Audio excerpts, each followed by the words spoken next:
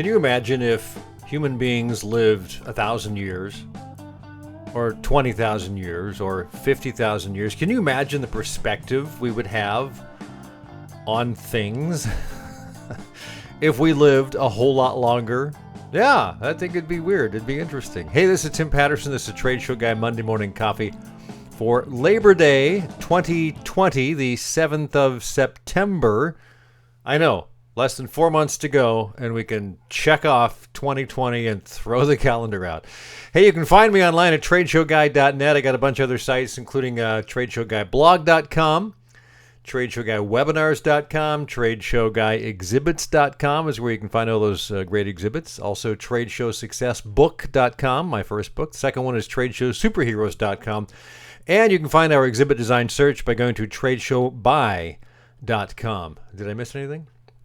Anyway, like I said, less than 4 months and we can kind of kiss this year goodbye. And then you say, well, what about 2021? Wouldn't you just hate to have 2021 be one of those years that makes 2020 look like a walk in the park? Man. So imagine, if you will, having like a really long perspective of life and the universe, like let's say 50,000 years of time. You could watch that much time unfold. I mean, the earliest sewing needle was found and made about 50,000 years ago. The Sahara Desert region was wet and fertile 50,000 years ago, and that was when the later Stone Age began in Africa. The world was in the Upper Paleolithic era. About 45,000 years ago, European early modern humans were roaming the continent, which lasted about 30,000 years until about 15,000 years ago. About 33,000 years ago, the oldest known domesticated dog skulls show they existed in Europe and Siberia.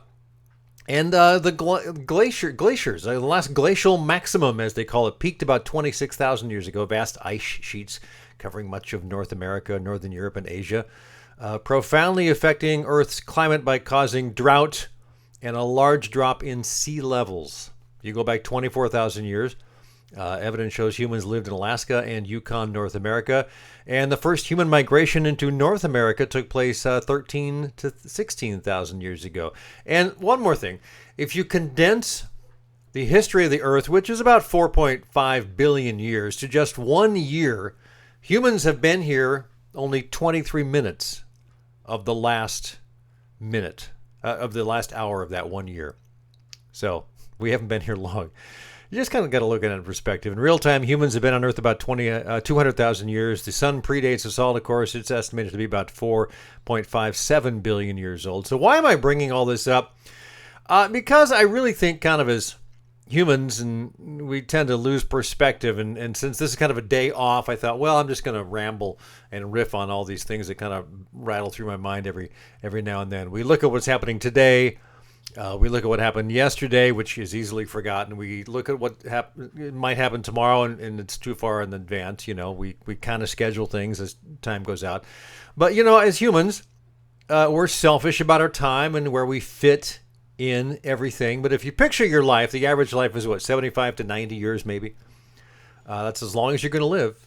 As part of a larger and longer picture and time frame, we're only here for like a blink, right? Of the cosmic eye. So knowing this, how do we put everything in perspective? Knowing that, you know, you want to make the most of the years you have. Well, we get up, we go to work, we zoom into a meeting, we go shopping, we take a walk, we spend time with family, we talk to friends and relatives, we spend too much time on social media. You know, hey, we're humans, right? I read about the death of Chad Boseman last week and thought, wow, guy's just 43. Revered, packed a lot into his life, talented guy. And I've already gotten 22 more years than he had. I've got 25 more years right now than one of my heroes, John Lennon, had. Almost 30 years more than what Bob Marley got, another of my musical icon heroes. But these people are, you know, just cultural figures. They're important to our lives because they mean something to us. They created things that we cared about. But, you know, who will remember the Beatles in 1,000 years? You think humans will? 10,000 years? Will we even be here? I'm just kind of taking the long perspective. And if so, what would they think of the Beatles? Those kind of grainy white, black and white images and the noises of them on the Ed Sullivan Show. Human history is fascinating. I agree. Our culture is fascinating, and the lives we live as part of all this is incredibly fascinating. And putting it in perspective, I think, and we each have our own way of doing that. I think that's pretty important, though. When I was born, the world population was 2.7 billion people, roughly. By mid-century, 2050, the world population is expected to be almost 10 billion people. So it's easy to get lost in the crowd, right? So how do you live within this context? Do you live it in a selfish way? Do you try and acquire as much material goods and money as you can? Because, hey, that's doable. People have done it. You look at the names. Jeff Bezos, Bill Gates, Elon Musk, Warren Buffett, they have more money than they could ever spend in their lifetimes. Someone's keeping score, though. So we go back to the 15th and 16th centuries. Do we remember all the rich people back then? I suppose we remember the Medicis, and there are a few of them. But, we probably remember Michelangelo more, and Shakespeare, and Da Vinci from that era. And then the question becomes, narrowing it down, how do you live your life?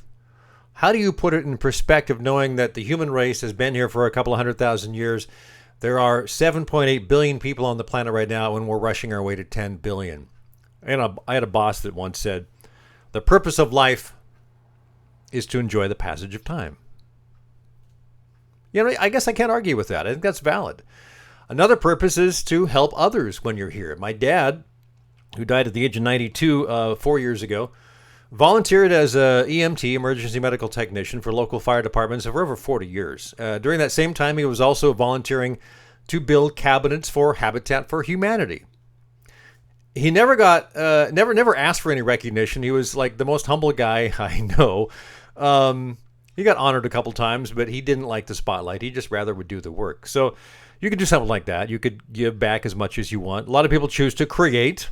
I like that because that's giving in a way. Writers, musicians, sculptors, authors, you can do all that. Build stuff, you design stuff. Maybe you got lucky somewhere along the way and you have a job or a career that you like, you enjoy, because a lot of people don't. So the question then becomes, how do you live a life that is valuable to you? I mean, not to your parents, not to your kids, not to your friends, not to your spouse, but to you. How do you make it valuable to you and worthwhile to you? I think of this movie called Cousins, 1989. I had to look it up. Ted Danson starred as a guy.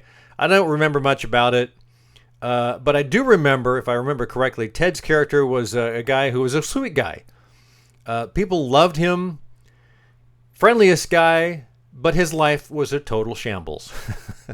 Everything was going wrong. He just couldn't run his life, but his attitude towards things and people loved him. So, he sucked at life, but in a way he succeeded because people really liked the guy.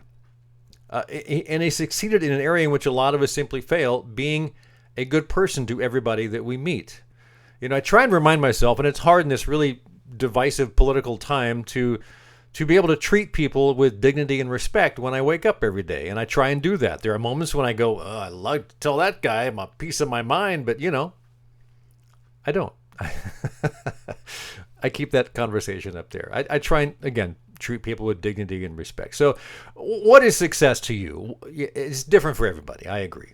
It can be measured in a lot of ways. I mentioned money earlier. There was a popular bumper sticker or T-shirt back in the 80s, he who dies with the most toy wins. And I always said, yeah, but he's dead. And we don't talk about people that have the most stuff, really. What about spiritual success? There's emotional success, physical success. You're in good shape. Keep your body in good shape. You take care of yourself. You treat people nice. So I think, to wrap it up, whatever you choose, jump in. And, of course, you have the right to change your mind. And remember, nobody's perfect. We're all a work in progress. Have yourself a great Labor Day. This is Tim Patterson, Trade Show Guy, Monday Morning Coffee. We'll do it again next time.